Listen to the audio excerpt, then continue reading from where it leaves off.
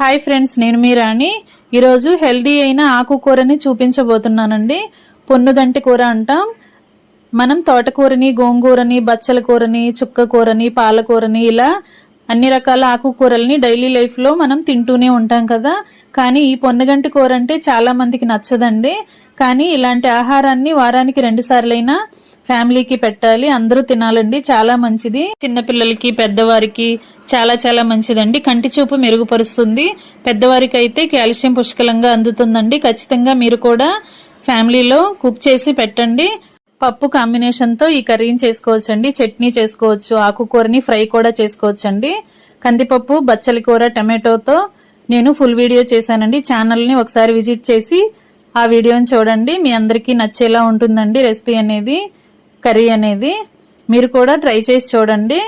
మరొక రెసిపీతో మళ్ళీ కలుద్దాం. Thanks for watching. నేను మీ రాణి.